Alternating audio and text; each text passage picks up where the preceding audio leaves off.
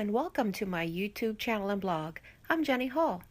Today we are going to be using a brand new stamp set from the 2017 Stampin' Up! Occasions catalog called Cool Treats. It's a photopolymer stamp set and we will be doing multi-step stamping. My card base is folded and ready to go at 4 1/4 by 5 1/2, and I have used soft suede cardstock from Stampin' Up!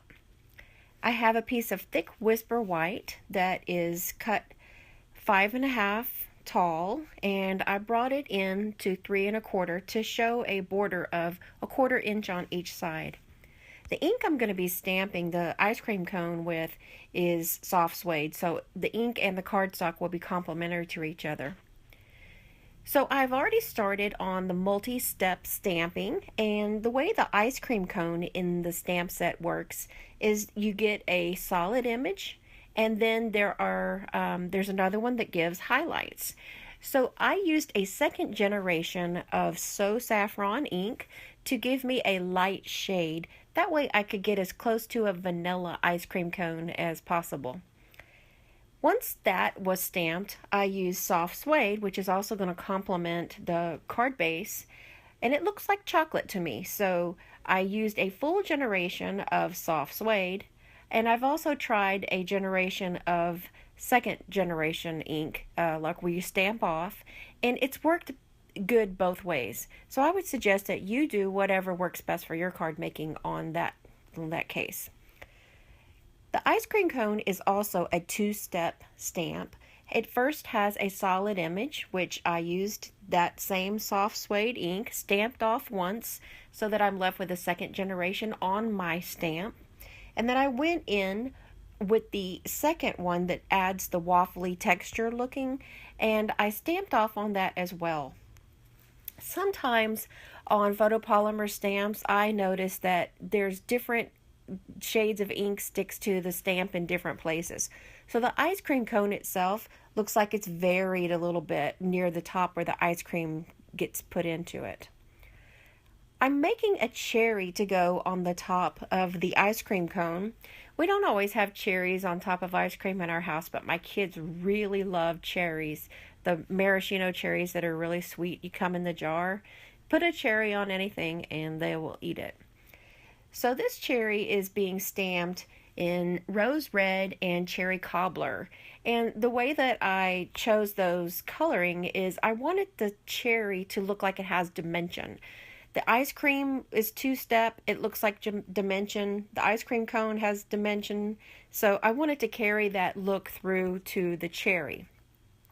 So what I did was a little bit of the technique called rock and roll, and I put a little bit of cherry cobbler on the outside of the cherry, and that allowed me to give a little bit of color variance and a different kind of look to the cherry than it would be if it were just in one color of ink and it were stamped down flat.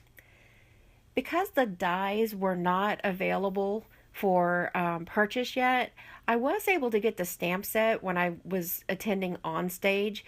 So any fussy cutting that would normally be done by dies, I'm taking the opportunity to do the fussy cutting. So I'm guessing that there's probably going to be a die for the cherry with the stem because it's really so cute, but I don't have that yet, which is the reason why I'm doing the fussy cutting.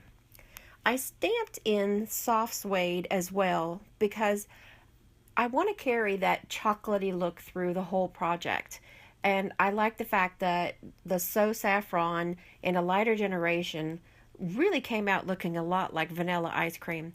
I live in New Jersey and they don't really eat so much ice cream here as they do custard. And the custard is really a yellow vanilla color. So my children will see this and they will immediately understand what I'm trying to represent on this card. So here comes the cherry on top, and I don't think I'm showing in this video that I'm going to add some sequins and I will add some fine tip glue pen onto the top of the cherry, which will give it a glossy look. As it dries, it can tend to kind of be a little shiny. This is Copic markers, and I'm just using a light neutral, and or light cool and a blue.